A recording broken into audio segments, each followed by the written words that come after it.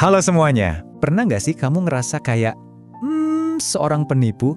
Padahal bukti sukses udah ada di depan mata, tapi ada aja suara kecil di kepala yang bikin ragu sama semuanya. Kalau iya, tenang, kamu nggak sendirian kok. Dan hari ini kita bakal kupas tuntas soal itu. Coba deh bayangin, kamu baru aja dapat promosi jabatan yang udah lama diincar, atau mungkin dapat nilai ujian yang sempurna. Semua orang ngucapin selamat, seneng buat kamu. Tapi di dalam hati, kamu malah panik. Tiba-tiba ada bisikan, waduh, cepet atau lambat mereka pasti sadar deh kalau aku ini sebenarnya nggak sepintar ini. Nah, perasaan kayak gini ternyata umum banget loh. Nah, rasa takut ketahuan sebagai penipu ini ternyata ada namanya loh, namanya imposter syndrome atau sindrom penipu. Jadi dalam beberapa menit ke depan kita bakal coba bedah bareng-bareng ya, apa sih itu sebenarnya, kenapa bisa kejadian, dan yang paling penting, gimana caranya kita bisa berdamai sama perasaan ini. Oke, jadi intinya begini, kamu itu punya bukti yang nyata, entah itu penghargaan, pujian dari bos, hasil kerja yang bagus, tapi entah kenapa otak kamu seolah-olah nolak itu semua. Malah kamu mikir kalau kesuksesan itu datangnya dari faktor luar. Mungkin kamu sering mikir, ini sih hoki aja, atau ya pantesan berhasil, aku kan kerjanya 3 kali lebih keras dari yang lain. Bukan karena aku jago.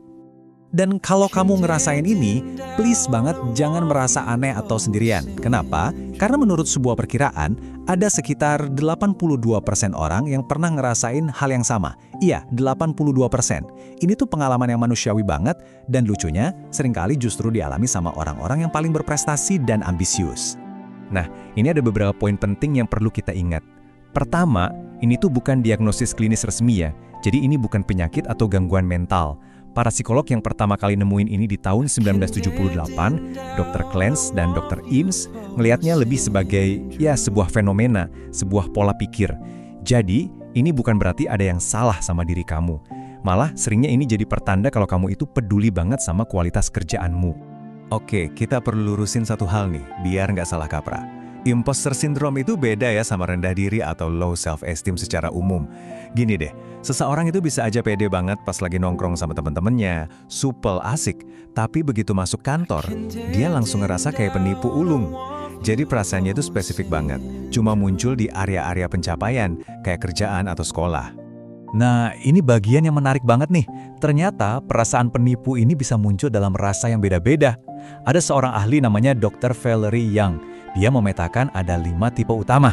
Coba deh kita lihat satu-satu. Siapa tahu dengan ngenalin tipe kita sendiri, itu bisa jadi langkah awal yang paling ampuh buat ngatasinnya. Oke, coba kita cek ya. Pertama, ada si perfeksionis. Buat dia, nilai 99 dari 100 itu udah dianggap gagal. Terus ada si super person, yang ngerasa harus jadi yang terbaik di semua peran. Jadi karyawan super, orang tua super, teman super, semuanya. Ada juga si jenius alami, yang kalau harus kerja keras buat sesuatu, dia langsung ngerasa gagal. Lalu, si solois, ini tipe yang anti banget minta bantuan. Dan terakhir, si ahli, yang ngerasa nggak akan pernah cukup belajar dan nggak pede kalau belum tahu segalanya. Gimana? Dari 5 tipe tadi, ada nggak yang kedengerannya, kok gue banget ya? Coba direnungin sebentar, karena ya itu, ngenalin polanya itu udah setengah jalan. Oke, kalau udah mulai kebayang polanya, terus gimana? Apa yang bisa kita lakuin? Nah, kabar baiknya adalah ada banget kok strategi yang konkret dan praktis buat ngelola perasaan ini. Yuk kita bedah 3 cara utama buat berdamai sama si penipu di dalam diri. 3 cara ini kelihatannya simple, tapi dampaknya luar biasa. Pertama, kita akui dan kita bagi. Kedua, kita tulis ulang skrip di kepala kita. Dan ketiga, kita kumpulin bukti-bukti nyata. Langkah pertama, coba deh akuin aja. Ucapin aja ke diri sendiri. Oke, aku lagi ngerasain imposter syndrome nih sekarang. Udah. Terus coba ceritain perasaan itu ke teman, mentor, atau siapapun yang kamu percaya. Kamu bakal kaget deh. Seberapa sering jawaban mereka adalah, sama, gue juga sering gitu. Momen itu penting banget. Karena itu langsung memutus rasa terisolasi dan malu yang jadi bensinnya si sindrom ini. Yang kedua ini soal ngubah skrip di kepala kita. Jadi ini soal nyadarin pikiran-pikiran negatif yang muncul otomatis, terus kita lawan. Contohnya pas di kepala muncul, nanti juga ketahuan kalau aku sebenarnya gak bisa apa-apa, coba tangkep pikiran itu.